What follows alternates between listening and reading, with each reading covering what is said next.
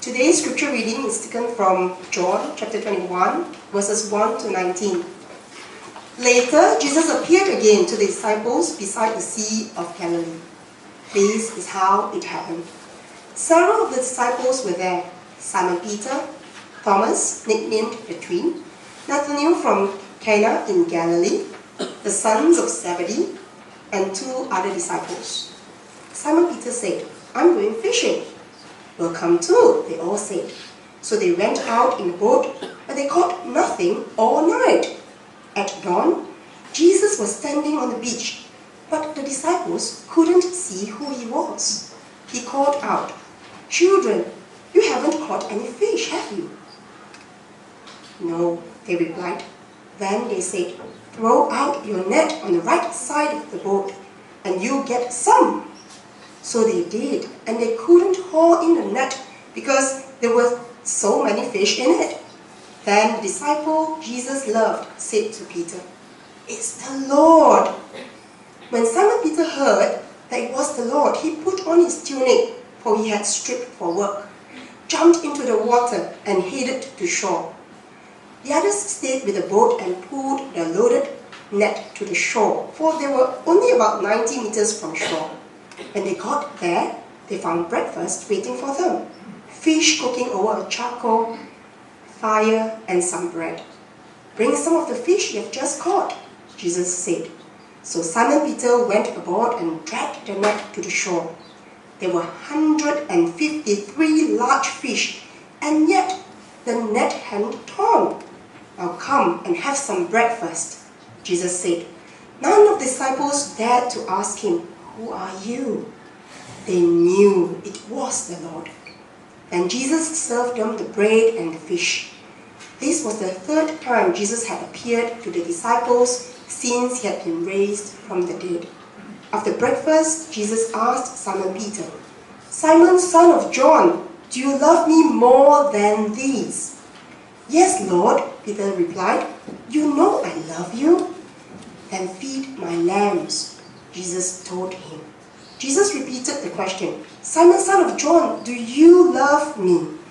"Yes, Lord," Peter said. "You know I love you." "Then take care of my sheep," Jesus said. A 3rd time he asked him, "Simon, son of John, do you love me?" Peter was hurt that Jesus asked the question a 3rd time. He said, "Lord, you know everything. You know that I love you." Jesus said, "Then feed my lamb, feed my sheep. I tell you the truth. When you were young, you were able to do as you liked. You dressed yourself and went wherever you wanted to go. But when you are old, you will stretch out your hands and others will dress you and take you where you don't want to go." Jesus said this to let him know by what kind of death he would glorify God. Then Jesus told him, "Follow me." Today's scripture reading will be today's sermon will be by Pastor Stephen Lakis, and the title is Moving Forward.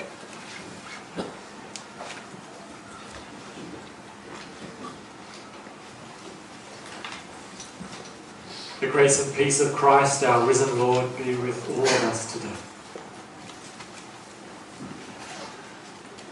In the 1986 John Hughes movie, Ferris Bueller's Day Off, at the very end of the movie, after the closing music has played, after all the end credits have scrolled past, Matthew Broderick, who plays the hero of the movie, walks out on screen dressed in his bathrobe.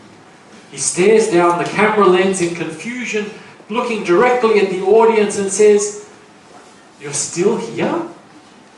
The movie's over. Go home." As he walks back to his room, he looks back to the camera again, shakes his hand at the audience and says, "Go. Go." Reading today's scripture, we get a bit of the same feeling. Over the last half year, we've been following along this story of Jesus' life. We've started with Advent and the joys of Christmas, watching as Jesus is born. We've watched as he's grown up, as he's gone out to preach the good news. We watched as he and his disciples ministered throughout Judea. And we watched him during his final journey to Jerusalem and the cross. We watched him be executed. We watched him be placed in the tomb. And we watched as he rose from the dead, celebrating with him the good news of Easter, that Jesus had finally won. In John chapter 20, John draws this whole story together to its end, wrapping it all up in a lovely conclusion. Jesus is risen. Jesus is the hero, and everything has ended well. So run the end credits, pack it all up, because it looks like the story is over. But if Jesus' story really is over, then what should we do now? At the end of John chapter 20, the movie really is over. The end credits have run and the lights have come back on. But when we turn the page, John surprises us with a little post-credits scene. And what we see there in those first words of chapter 21 is the strange sight of the disciples still sitting there in their seats.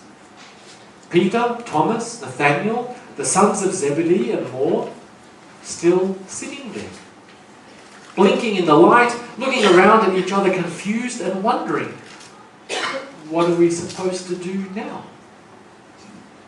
We can imagine Ferris coming back on stage and saying to them, are you still here? It's over. Go home. And that's what Peter does. That's what Peter does. After watching the whole dramatic story of Jesus' life and death and resurrection come to an end, in verse 3, Peter turns to his friends and simply says, right, I'm going fishing. And the others, with no better idea of what they should do either, decide to go with him. Now that Easter is over, now that the grand story is over, Peter decides to take Ferris's advice and simply go home. Back to Galilee. Back to his old job. Back to his old life. Because remember that fishing is how Peter and many of the other disciples started this story. They were simple fishermen in Galilee. That's where Jesus had found them. They were working in their fishing boats when Jesus called them to follow him. So now that this story is over, Peter and the others pack up their lives and go back home. They go back to Galilee, back to their old jobs, back to fishing. But it can't have been very easy to do that. It must have felt so strange to go back. Like when we were kids and it was time to go back to school after that long summer break. Or like going back to work after a long holiday. Somehow it just feels strange, even wrong.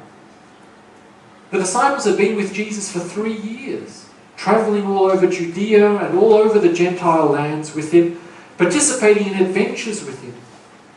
And now they were simply turning around and trying to go back home to their old lives. But going back isn't easy.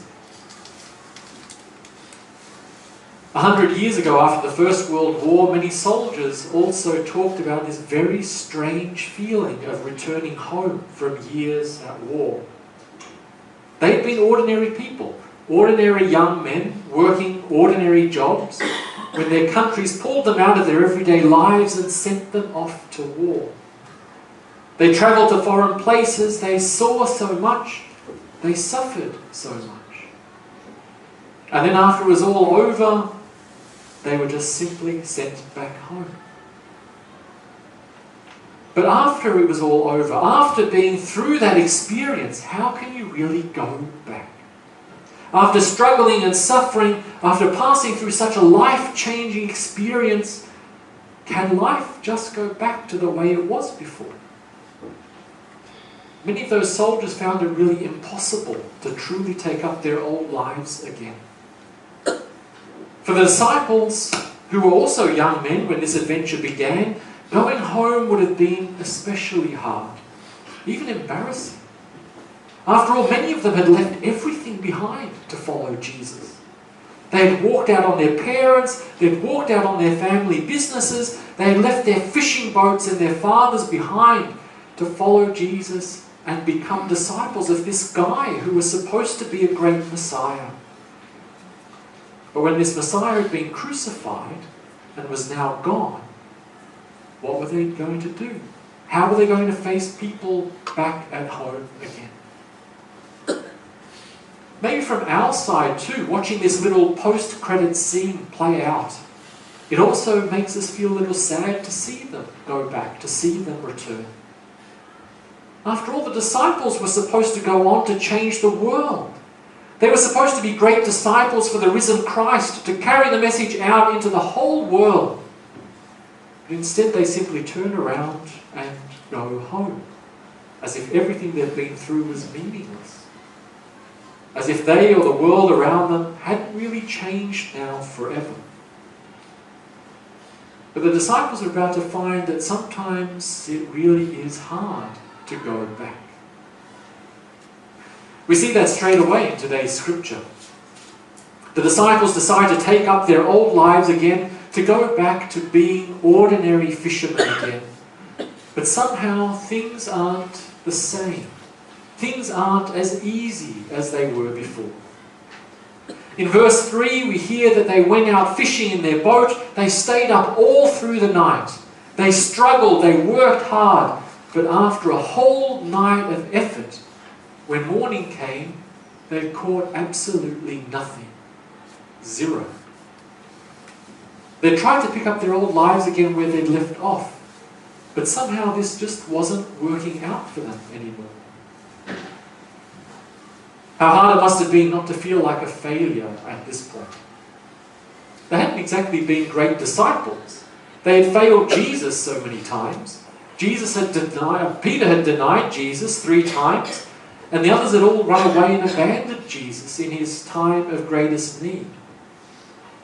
Since they weren't great disciples, at least they could go back to being fishermen, maybe they thought. But now it looked like they couldn't even manage that.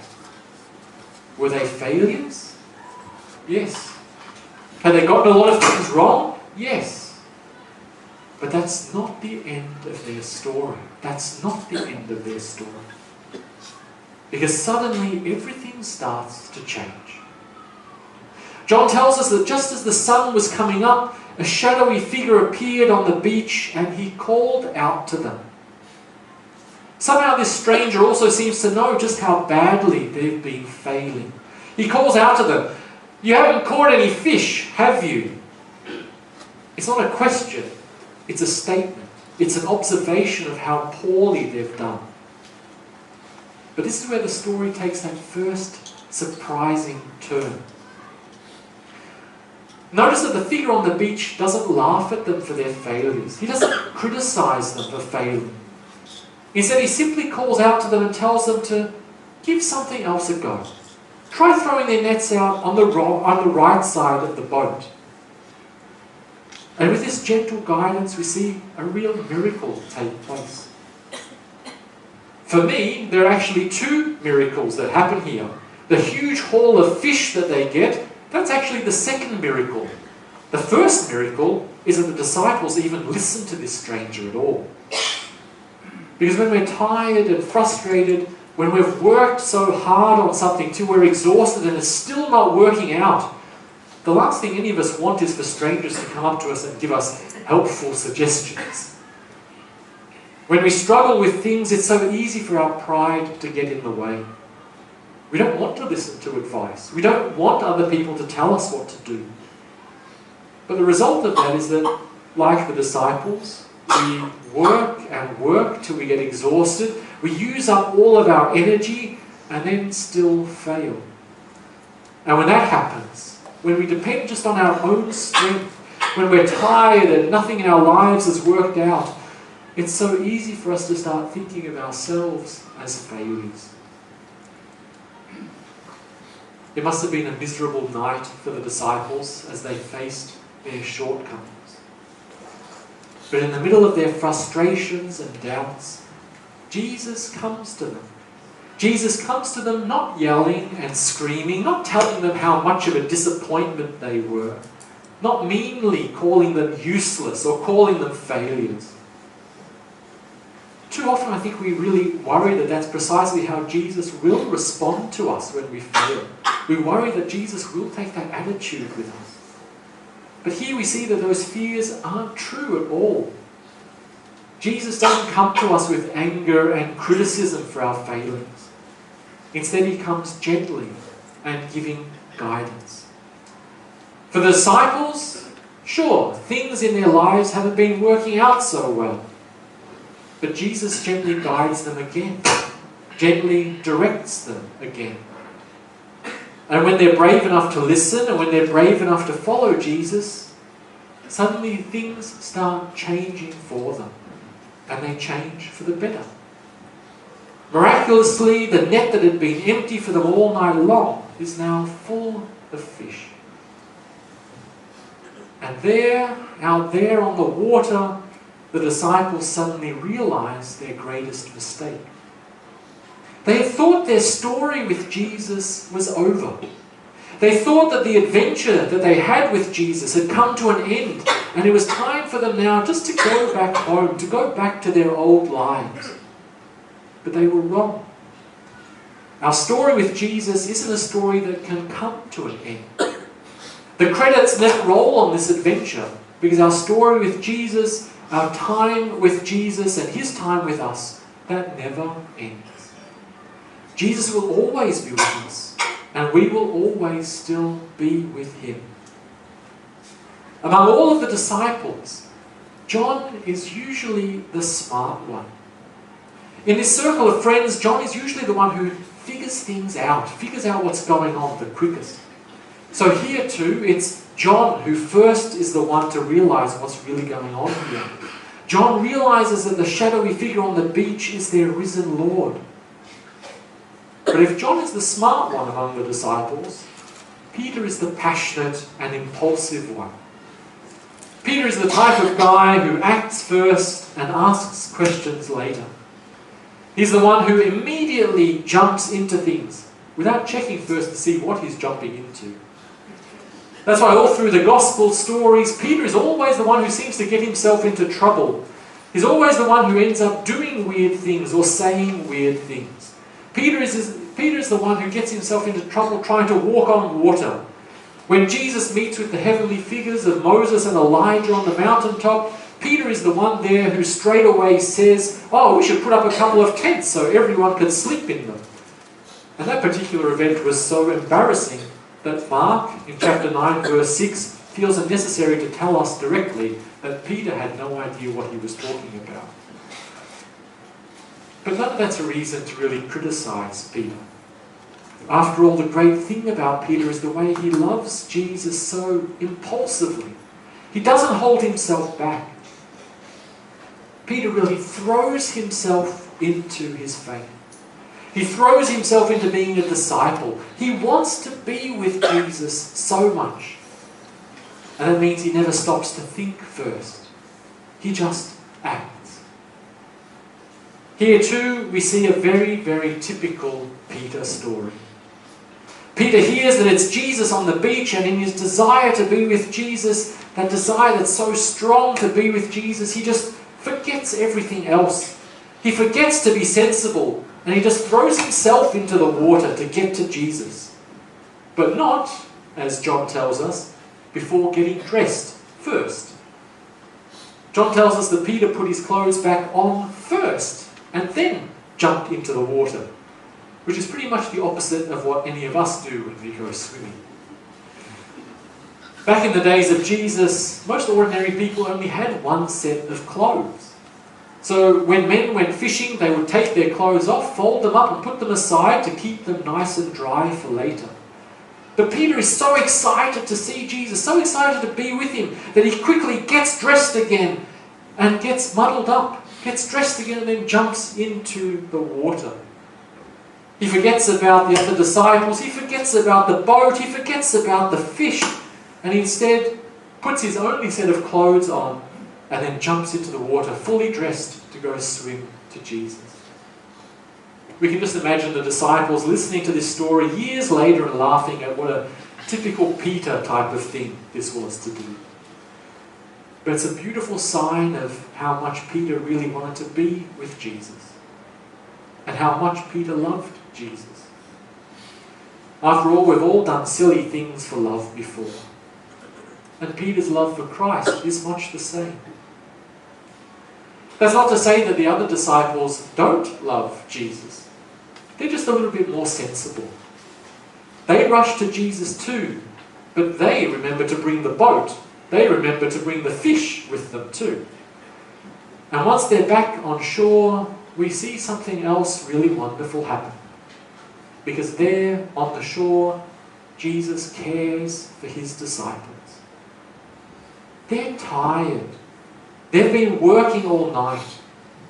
So Jesus builds a fire and Jesus cooks breakfast for them. Jesus isn't a master that simply sits back and demands that others work for him. He isn't someone who demands that we serve him till we're exhausted. Instead, he provides for us and he cares for his disciples. Jesus feeds them. Jesus serves them a simple meal of bread and fish. Just like he did that time back in the wilderness when he fed the disciples and 5,000 other hungry people, also using a simple meal of bread and fish. But apart from this being a beautiful sign of Christ's loving care, we also see something else really important here. Even though Jesus can perform amazing miracles by himself, even though Jesus can do all these things by himself, that doesn't mean Jesus plans to do everything on his own. Jesus cooks breakfast for his friends, he provides for them, he cares for them, but notice that he also invites them to help out, to come bring some of the fish that they've caught and add them in to the meal. Jesus gives his disciples and us too a chance to contribute. A chance to contribute to what he is doing. A chance not simply to serve him, but to join him. To join him and work together with him. And Jesus wants that. He wants us to be partners with him, to get involved together with him, to bring what we have and share it with what he's doing. After all, that's why he gives us so many gifts and talents. That's why he blesses us with talents and abilities that we can use to do his work. But in this final little story, the greatest blessing is still to come. Because there on the beach, in the early hours of the morning, Jesus sits together with a group of disciples who, honestly, hadn't done very well. They had failed so much as disciples. They had tried to go back to their old lives now, and they had even failed at being fishermen again. But here we see something really wonderful. Jesus and Peter sit there side by the fire. Peter still in his wet clothes, we assume, when Jesus turns to Peter and asks him directly, "Simon, son of John, do you love me?" I think instinctively, Peter must have known that something was wrong here. First of all, Jesus is calling Peter by his proper name. Kids all know that when parents talk to them using their full name, that's usually a good sign that they're in deep, deep trouble. The name Peter was really just a nickname that Jesus had given to Simon. Peter, the Rock, a really cool nickname for a best friend. But in the morning light on that beach, Jesus isn't joking around anymore. Instead, he turns to his friend and he uses his proper name, his full name. Simon, son of John, do you love me? Asking once is strange. Asking twice is uncomfortable. But Jesus pushes the point and asks this question 3 times. Until even Peter, not the smartest of disciples, knows that something is going on here. And that's why verse 17 tells us that Peter was hurt by all these questions. What's Jesus doing here? In this gentle way, with these gentle questions, Jesus is healing their friendship. Jesus is healing their friendship. These two guys had been best friends. Peter had even promised that he would go through anything for Jesus. But when things got tough, Peter turned his back on Jesus and denied knowing Jesus 3 times. So now for each of Peter's 3 denials, Jesus gives him a chance to make that up, to confirm that Peter really does love Jesus. It may be a little painful for Peter to go through, but this process is important. When we think about going back, when we think about going back to how life was before, that often means also going back to our old failings, going back to our old problems too. And that's the last thing that Jesus wants for his friends. Peter's past was marked by failure. Peter's past was marked by denials, by not being the person that Jesus knew that he could be. Going back to that past, going backward, would mean going back to those old problems and those old failings too. And that's not what Jesus wants for any of us. Jesus doesn't want Peter living in the past. And so he gives Peter the chance to make up for those past failings. And that's important for us to remember too. Like Peter and the other disciples, it's normal for us to fail. It's normal for us to make mistakes too. This happens in our normal lives every day, and it happens in our faith lives as well. And when we do fail, it's easy for us, it's too easy for us to feel like our lives are just over now, that there's no way possible for us to move forward anymore. It's too easy to feel like we've disappointed ourselves, let ourselves down, our families down, let our friends down, to feel like we've disappointed our teachers or our work colleagues. And when we fail in our faith lives, it feels like we've disappointed Christ too. When that happens, it's easy to think that that damage is just unrepairable. It's just unfixable. That there's no way to change that. There's no way to fix that or heal it. But that's not true. That's not true. Jesus promises us that whatever happens, our story with him is not over. Whether we fail in life or whether we fail in faith, Jesus promises to always be here to turn us around and to lead us forward past our mistakes. That's the opportunity that Jesus gave Peter. And he gives that opportunity to each of us too. That opportunity to put our past, to put our old lives behind us and start again new. And that's really the key to this little story.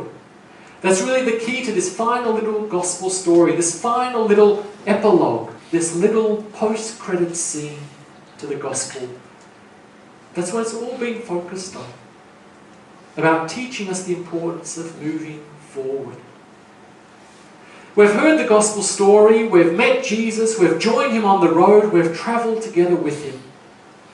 The point now is not simply to go back home, to go back to our old lives.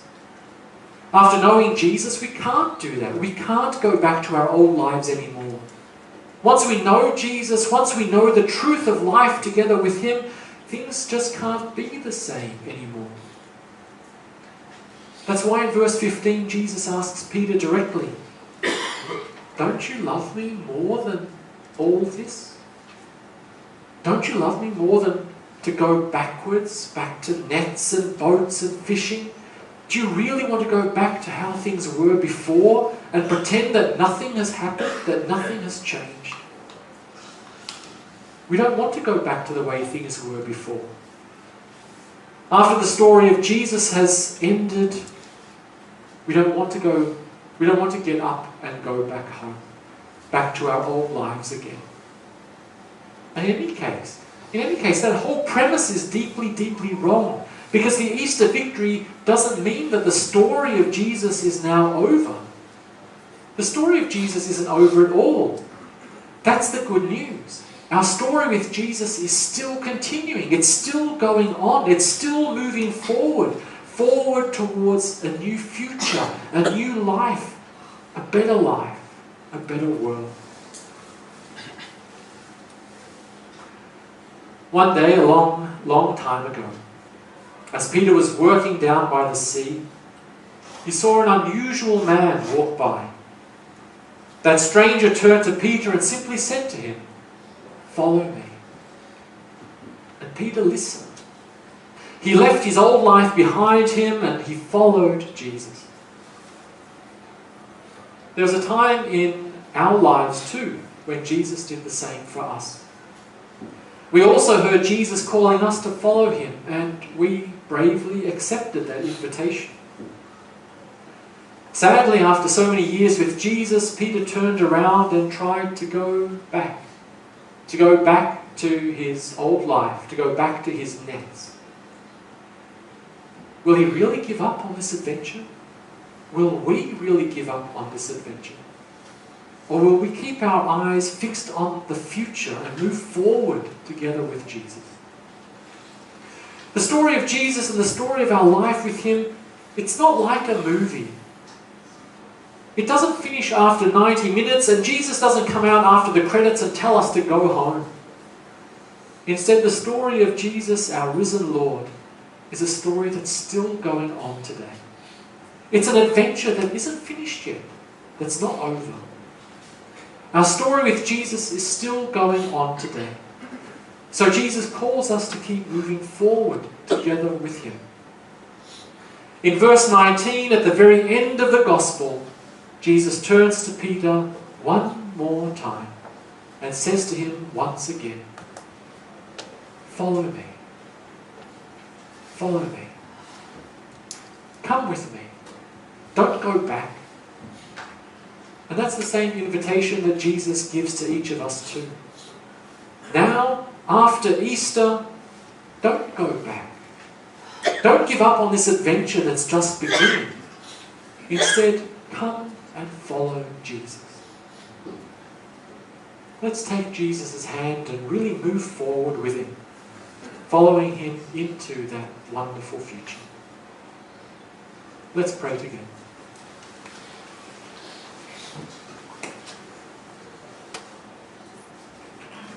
Our Lord Christ, you tell us that those who put their hand to the plough and look back are not yet ready for the kingdom of God. So help us keep our eyes always on you. Help us to keep looking towards the future. Help us to keep moving forward with you. Thank you for coming into our lives and into our world and really changing everything. Through your guidance and care, we can overcome our past failings. We can live new lives, better lives now, together with you. So hold us tightly by the hand today and keep us from the temptation of going backwards to our old lives. Instead, hold us tightly by your side forever. In your holy name we pray. Amen.